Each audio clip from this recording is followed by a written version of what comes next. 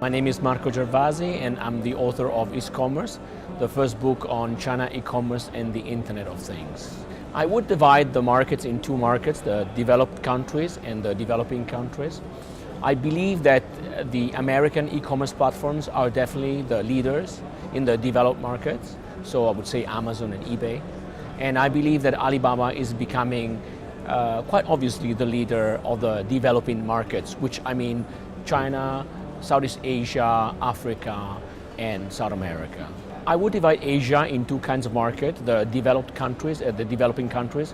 So I would stay away in terms of my advice. I would not consider Japan and Korea, which actually function more like a developed market, so more similar to the US. But if we're talking about China and Southeast Asia, my advice would be that they should not behave in the same way that they behave in their own market. So just to give you an example, a foreign brand should not set up its own brand website and e-commerce website under its own name in a market like China, because it's very hard the consumers would buy on that website. They would rather buy on a platform. So I would consider a brand to set up their own website just to inform the customers on their product, but also consider on opening up a store on a famous platform.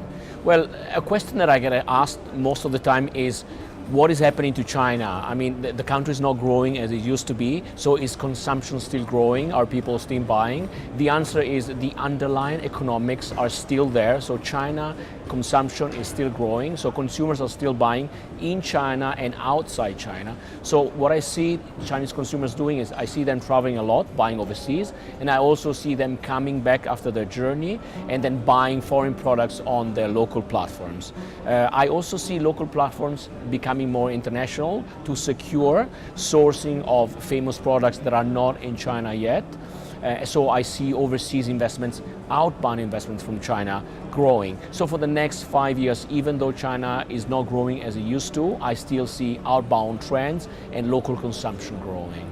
I really like the quality of the people that I met here. Everybody's very knowledgeable, but also very curious to learn about new things. I was a little bit worried whether people would be interested in the Chinese e-commerce market, since Southeast Asian market is also strong, and I found a lot of interest in understanding what is happening in such a big market close to Southeast Asia. So I find people here quite open and also willing to learn new systems and new ways. So I'm very satisfied.